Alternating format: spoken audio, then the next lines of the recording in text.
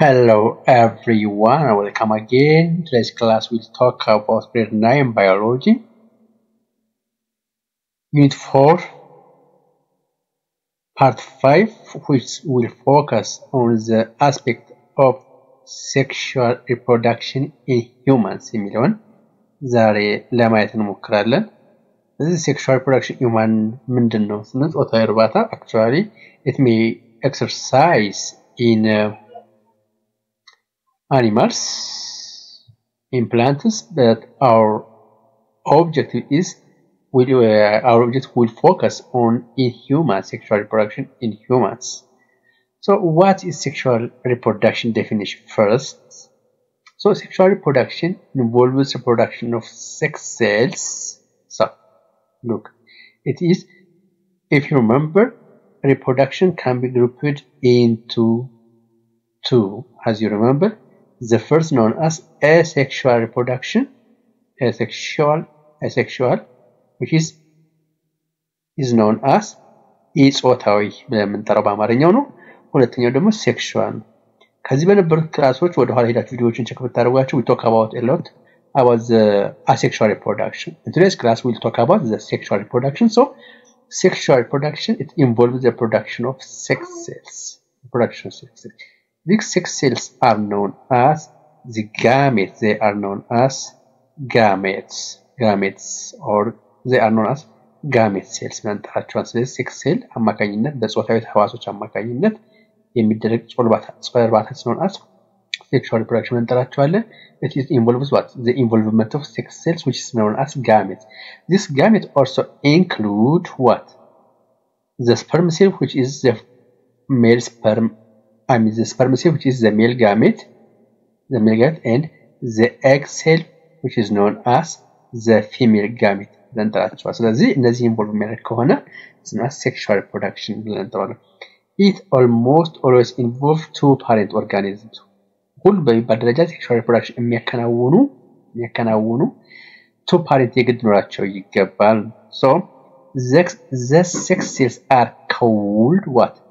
gametes. እነዚህ sex cells እዚህ ጋር sex cell አማካኝነት የሚከናወኑ ብለን የጠራናቸው ስማቸውን ይባላል አዛትልዩ gametes ብለን እንጠራቸዋለን። And they are made in reproductive organs. ስለዚህ እነዚህ gametes ደግሞ የት ላይ ይሰራሉ ማለት ነው? They are made up of on the reproductive organ. የመራቢያ ክፍሎች ላይ የሚሰሩት ማለት ነው። የመራቢያ ክፍሎች ላይ የወንድ ከሆነ ቴስቲስ ብለን የምንጠራቸው የወንድ የዘር ፍሬ ላይ ብለው ይሰራሉ። ቴስቲስ ብለን የምንጠራቸው females ደግሞ produced at ovaries የሚባሉ ኦርጋኖች ላይ ይሰራሉ። ovaries ብለን ከምንጠራቸው ክፍሎች ላይ ይመረታሉ ማለት ነው። So the gametes are produced through what? meiosis. ጋሜቶች ደግሞ ሴክስ ሴሎች የሚደረሱበት ፕሮሰስ ነው meiosis ብለን እንጠራዋለን።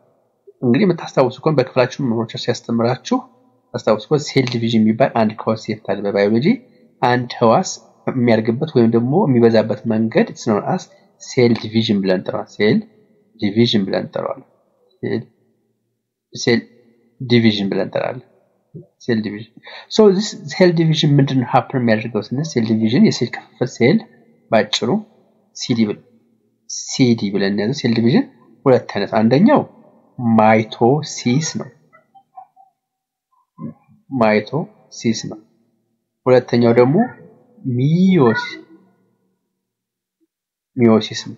ስለዚህ ማይቶሲስ መደበኛ ህዋሳት የሚበዙበት የሚራቡበት ነው። ወይስ ሚዮሲስ ለምንጠራው ደግሞ ጾታዊ ሴሎች ወይም ደግሞ ጋሜት ወይም ደግሞ ሴክስ ሴል ወይም ስፐርም ሴል እና ኤግ ሴል የጠራናቸው የሚመረቡበት ፕሮሰስ known as meiosis ብለን እንጠራዋለን።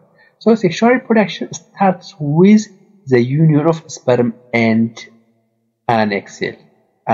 ስለዚህ sexual reproduction የሚጀምረው ብንል የወንዱ ስፐርም ሴል እና ኤግ ሴል ፕሮዲዩስ ሲገናኙ ነው ማለት ነው። ስለዚህ ኤግ ሴል እዚህ ጋር ትኖራለች፣ እዚህ ጋር ደግሞ ጅራት ያላት የስፐርም ሴል ትኖራለች።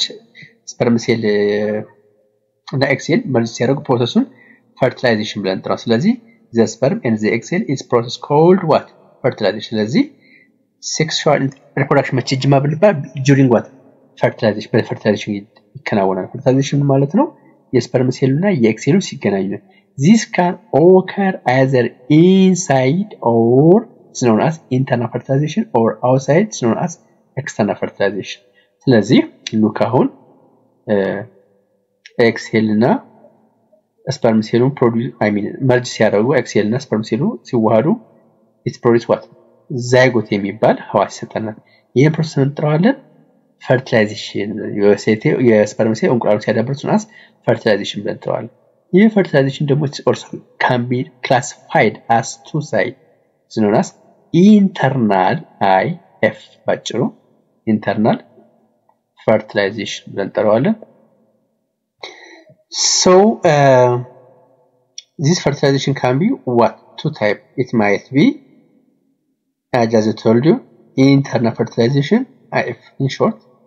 Internal fertilization ማለት እንችላለን ዝም ብለን understand እንድታደርጉት or it may happen outside the organism ከኦርጋኒዝም ውጭ fertilization ሊደረግ ይችላል ስፐርም ሴል እና ኤግ ሴሉ ከእንስሳው ውጭ ሊገናኙ ይችላል ነው as EF ብለን external fertilization ብለን እንጠራዋለን external fertilization ብለን እንጠራዋለን ነው so the body which is happen external ከሆነ it's happen outside the body of the female whereas internal ደግሞ inside the body of the female. Fertilization results in the formation of a single cell called what? Zygote. The fertilization የሚፈጥረው zygote then grows into new individual.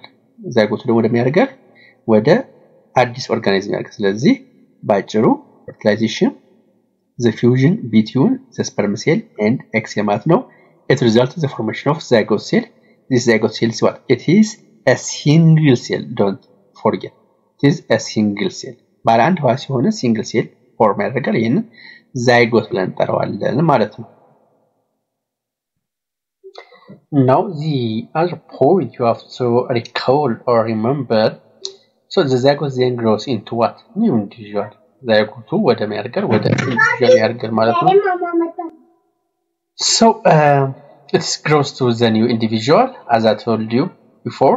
So the female gametes are always larger than what the male gametes and are not mobile. ስለዚህ አሁን female gametes ሁለት ካራክተሪስቲኮች ማስተዋወስ ይኖርባቸዋል ማለት the first thing the female gamete ብለን የምንጠራው egg cell ነው. So you have to recall these two things. The first it is what? larger than the male gamete ከስፐርም ሴሉ በሳይዝ ይበልጣል and just the diagram እንደምታዩት ታያችኋል እዚህ ጋር ዲያግራሞች እቺ ስፐርም ሴል ነው እዚህ ጋር ስፐርም ሴል አለ ይሄው ስፐርም ሴል አለ እዚህ ጋር ኤግ ሴል አለ በሳይዝ ይበልጣል ማለት ነው. And also the other thing the female gametes are not mobile. The female gametes are not mobile meaning የኤግ ሴሉ እዛው ኦቫሪ ውስጥ ቆሞ ነው የሚጠብቀው ማለት ነው። ስፐርም ሴሉ ግን just እዚህ ጋር እንደምታዩት ምን አለው just a flagellus like structure ወይ ደግሞ ጅራት የሚመስል structure አለው። ስለዚህ እየዋኘ ሄዶ ወደ ኤጉ ሄዶ ኤጉን የሚያደብረው just እዚህ ጋር ፔኔትሬት አድርጎ ሲገባ ይታያቸዋል። ሙቭ ማድረግ ሞባይል የሆነው ማን ነው? ስፐርም ሴል ነው። ስለዚህ ሁለት ነገሮችን ለፊሜል ጋር ታስታውሳላችሁ። እነዚህ መልሰው ደግሞ ካክቱ ለማን ይሰራሉ ማለት ነው? ለኤግ ሴል ግልባጭ ነው ይሰራሉ። ለስፐርም ሴል ግልባጭ ነው ይሰራሉ። ለምሳሌ ምን አለ ማለት ነው? ኤግ ሴሉ ላርጀር ዛን ስፐርም ሴል አለ እዚህ ጋር ይሄው always larger than the male gamete ብለና ከስፐርም ሴል ይተልቃል። አንድ ግልባጭ እውነት ነው ማለት ነው። ስፐርም ሴል ደግሞ less than what? the female cell ይሆናል ማለት ነው። the female gamete ማለት ነው።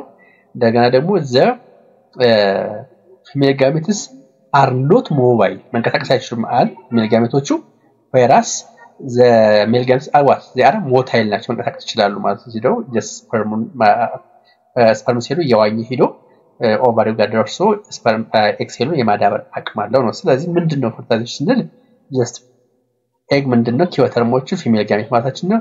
ፊውዝ ስንል ደግሞ ሌላ ተርም እንዳይመስላችሁ ፊውዝ ማለት ፈርታይዜሽን ማለት ነው። ስለዚህ የሆነ ቦታ ላይ በወተር ፎርስ ወይ ምርጫ ላይ the fusion of the sperm cell and egg cell ከጠየቃችሁ just we are talking about it is union መዋሃድ ወይ ነው ፈርታይዜሽን ማለታችን ነው ማለት ነው of the egg cell and the sperm cell and also gametes ምንድነው ብንባል simply reproductive cells ናቸው ወይ they are also sex cells sex cell ብለን እንጠራቸዋለን። This includes the egg cell for the female, the sperm cell for the male. Meiosis is a type of cell division whereby gametes are what? Producing ቀደም ብያቸዋለሁ። ማይቶሲስ እና ሚዮሲስ ይባላል። ሚዮሲስ የሴክስ ሴልስ ፕሮዲዩስ የሚደረጉበት ነው። sperm means it's male gamete ነው zygote means fertilized egg ማለት ነው ስለዚህ zygote ስንል fertilized egg ነው ስንል it is the result of the sperm cell and the egg cell ነው ማለታችን ነው ስለዚህ በዲያግራም this is a woman after meiosis it produces what the egg cell it is a male after meiosis it produces sperm cell so the fusion of this the union or the fusion of this is known as what is known as fertilization እንደምታዩት ከዛ fertilization እዚህ ጋር meiosis ያከናውናል meiosis meiosis ካከናወነ በኋላ new individual ይሰጠናል ማለት ነው this is the summary of sexual reproduction in human being so the next topic will be